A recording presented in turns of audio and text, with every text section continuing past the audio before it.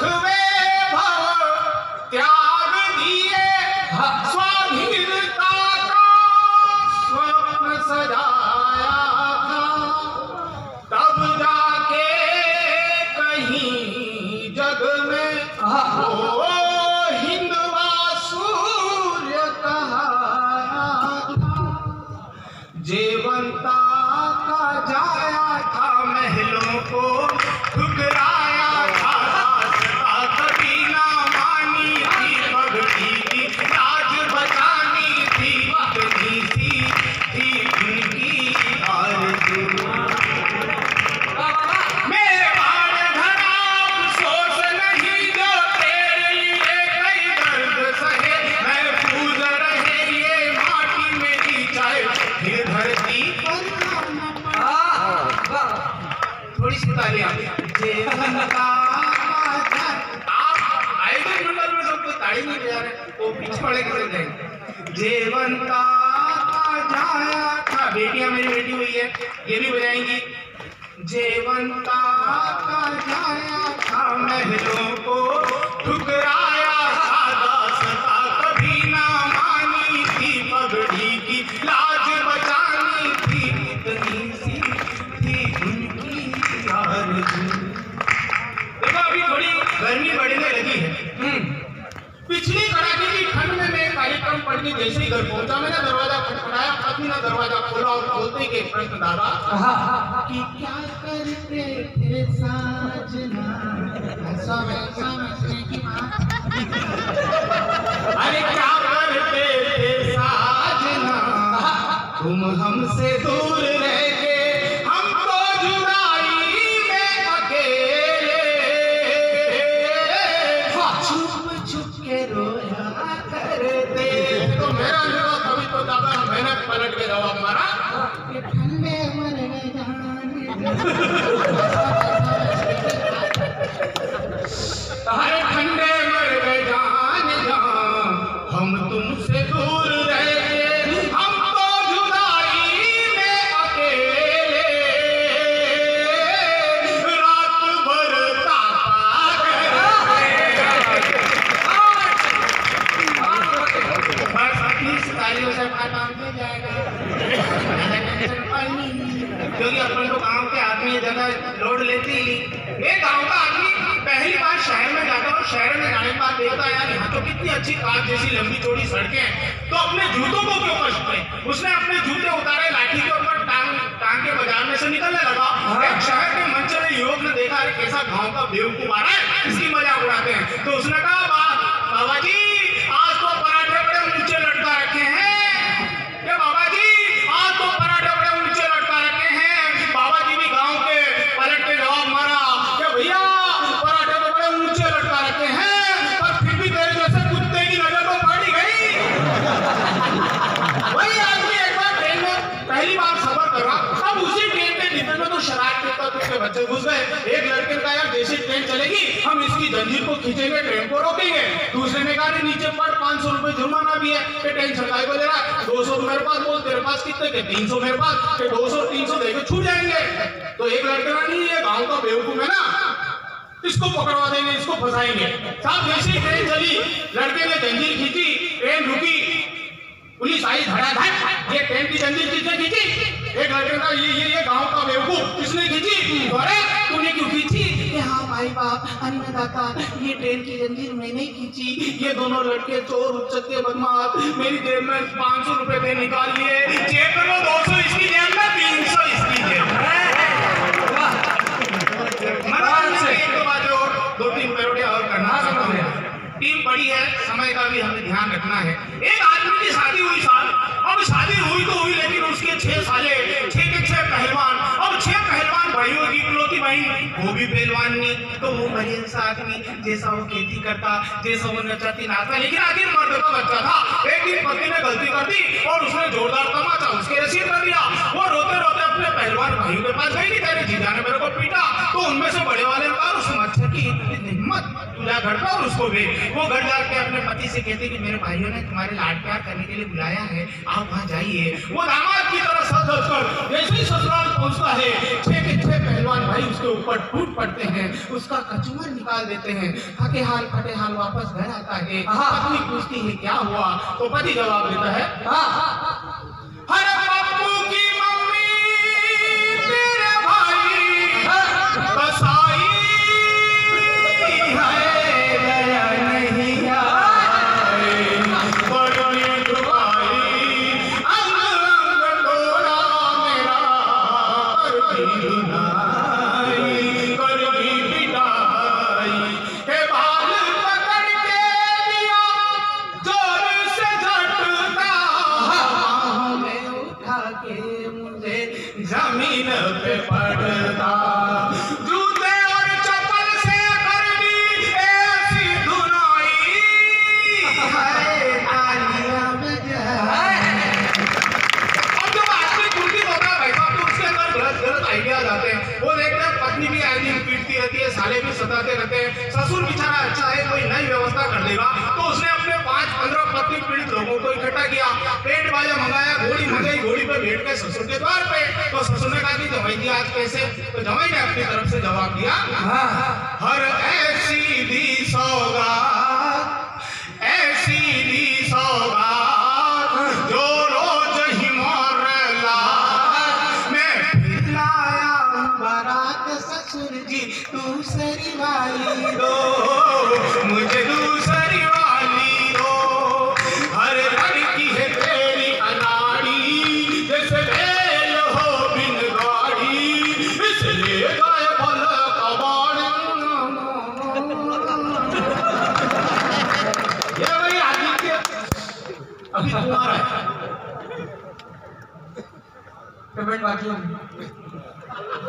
दूंगा भाई, तो भी है तो कुमार है। कुमार से क्या होता है, जिस कुमार जो कुमारा होता है, कुमारा होने से क्या होता है भाई, इश्क मोहब्बत प्यार इबादत ये तो कुदरत के नजारे हैं, प्यास उनको भी लगती है जो समंदर के किनारे है, कुमारे होने से क्या होता है। कुमारा है इसलिए कह रहा हूँ कि जो कुमारा का होता है ना उसकी गर्लफ्रेंड होती है, और इसकी भी एक है। एक दिन ये उदास बैठा था तो मैंने कहा आदित्य क्या हो गया कि यार भाई साहब मैं जिस लड़की से प्यार करता हूँ ना उसने मुझे बहुत, मैंने उसकी तारीफ की तो भी उसने मुझे बहुत डांटा, यहाँ तक कि मारपीट की नौबत आ गई कि मैंने कहा कि ऐसी क्या तारीफ कर दी तुमने, तो ये बोले 14वीं का चांद हो, चौदहवीं का चांद हो या आफताब हो, जो भी हो तुम खुदा की कसम लाजवाब हो। मैंने कहा इतनी सुंदर तारीफ की तो फिर उसने लड़ाई क्यों की कि भैया आगे भी तो सुनो। चेहरा है जैसे झील में सिंगारे सजे हुए,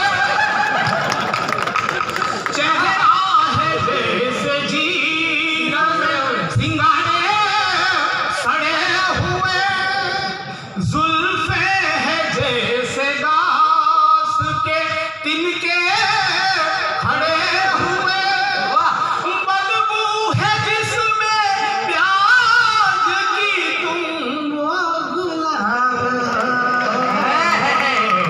चांदनी का चांद।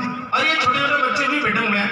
कोरोना के बाद जब ये पहली बार वापस स्कूल गए तो सर ने देखा यार ये कुछ भूले हैं या इनको याद रहा, इनका टेस्ट लेते हैं। तो एक बच्चे का टेस्ट लिया, ओरल टेस्ट, मौखिक परीक्षा। एक बच्चे को खड़ा किया, खड़ा हो जा, मान ले तेरे साथ में 5 लड्डू। छोरा बोले सर है ही नहीं। यार मान लेना तेरे बाप का क्या जाता है। छोरे का सर मान लिया। अच्छा इस हाथ में भी मान ले तेरे 5 लड्डू। छोरा बोला सर है ही नहीं। यार मान लेना तेरे बाप का क्या जाता है। छोरे का सर मान लिया। अच्छा दोनों हाथ में काउंट करके बता कि लड्डू हुए कितने। छोरा बोला सर 20। ये बेवकूफ, 5 और 5 10 होते, तू 20 बता रहे। छोरा बोला मान लेना मास्टर तेरे बाप का क्या जाता है। इतने खतरनाक बच्चे हो गए। अब ये तो ओरल टेस्ट, अब रिटन टेस्ट चल रहा, परीक्षा चल रही, लेकिन सर किसी को जरूरत देख नहीं दे। एक बच्चे ने कहा, एक बदमाश बच्चे ने देखा ये तो अपना साल बिगड़ जाएगा।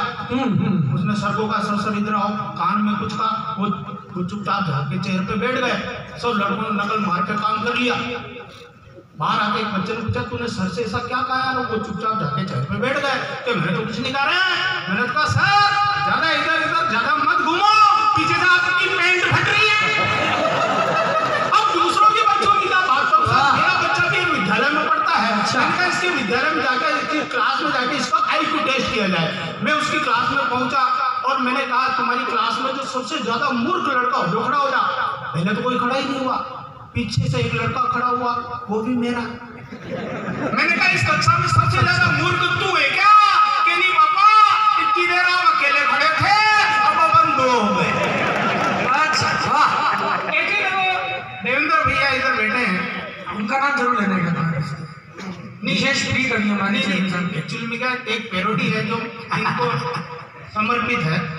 एक लड़का जिसके बड़े सुंदर सुंदर बाल, बड़ी बड़ी मूछें, बड़ी बड़ी दाढ़ी, एक लड़की ने उसको देखा और देखते कि उसके बालों पर फिदा हो गई कि शादी करूंगी तो इसी सुंदर बाल वाले लड़के से, वरना जिंदगी भर कुंवारी रहूंगी। लेकिन एक शर्त रखी कि ये लड़का अपने बाप के साथ विदेश जाएगा, वहां जाके वापस लौट के आएगा तो तेरी शादी इससे कर दी जाएगी।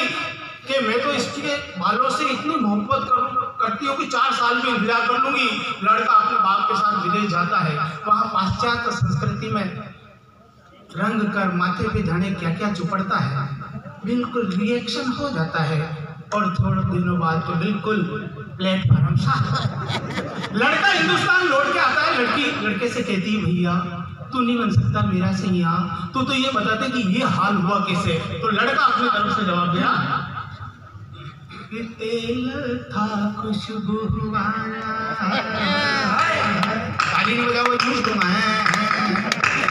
तेल था खुशबू वाला, माथे में जो ही डाला, तेल था खुशबू वाला, माथे में जो ही डाला, धीरे धीरे उड़ने लगे बाल, मुंह तभी से टकला मेरी जान, कि काली दाढ़ी और मूछे पर इनको कौन पूछे, इच्छा यही है मेरी सिर पे हो काले गुच्छे, चेहरा सजनी को भाए और वो मेरी हो जाए, बगिया है उजड़ी उजड़ी इसमें हरियाली आए, तन मेरा था स्वदेशी चीजें अपनाई विदेशी, फिर कैसे बचाता खुद का माल, दिखने लगा है चमकीला चांद। फिर भी उस लड़के के माथे पे 2 बाल बच गए साहब एंटीना की तरह। अब वो दोनों बाल आपस में बात करे, यार लड़का माथे पे जाने क्या क्या चुपड़ता रहा, फिर भी इसके माथे पे हरियाली नहीं आई। हम दोनों बाल आपस में काम करें, हम शादी कर लें तो हमारी जो संतानें होगी जिससे इसका पूरा माथा हरा भरा हो जाएगा। तो दूसरे वाले बाल ने कारण नहीं हम ऐसा नहीं कर सकते कि क्यों? क्योंकि हमारे हिंदुस्तान में बाल विवाह करना कानूनी अपराध है। हाँ, एक पैरोडी पढ़कर मैं जाना चाहता हूँ इस पवित्र मन से। भ्रूण हत्या पर एक पैरोडी है साहब, जहाँ जाओ जहाँ बेटी पढ़ाओ बेटी बचाओ का नारा दिया जाता है, लेकिन हम समाचार पत्रों में पढ़ते हैं, टेलीविजन में देखते हैं, जहाँ कहीं भी हमें बालिका का भ्रूण अत्र तत्र दिखाई दे जाता है। यहाँ तक कि कुत्तोदर और नोचता हुआ भी पाया तो वहां से एक दर्द उठा, दर्द ने एक पैरोडी को जन्म दिया। मैं आप तक निवेदित करता हूँ अंतिम पैरोडी, छोटी सी छुटपुट तालियां अगर आप बजाना चाहें तो। मेरे माता पिता ही कसाई, किसी से अब क्या कहना। जो माता पिता स्वयं अस्पताल में जाके सोनोग्राफी के दौरान, लिंग परीक्षण के दौरान बेटा होता है तो जन्म देते हैं और बालिका होती है तो उसको वही वास करा डालते हैं, उनके खिलाफ वो बालिका का भ्रूण हम सबसे शिकायत करता है कि मेरे माता पिता ही कसाई, किसी से अब क्या कहना। मुझे गर्भ में ही मरवाई, मेरी कोख में चिता जलाई, मुझे गर्भ में ही मरवाई, मेरी कोख में चिता जलाई, किसी से अब क्या कहना, किसी ने ताली नहीं बनी।